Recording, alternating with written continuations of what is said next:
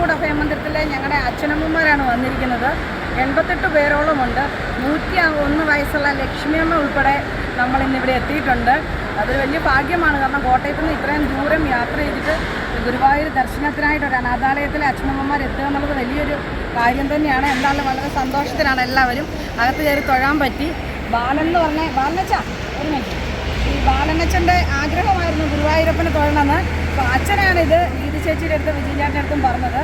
അപ്പം അവർ ഇത് സ്പോൺസർ ചെയ്യായിരുന്നു ഞങ്ങൾക്ക് വേണ്ടിയിട്ട്. ഞങ്ങൾ ആദ്യമായിട്ടാണ് ഗുരുവായൂർക്ക് വരുന്നത് ഇത്രയും പേര്?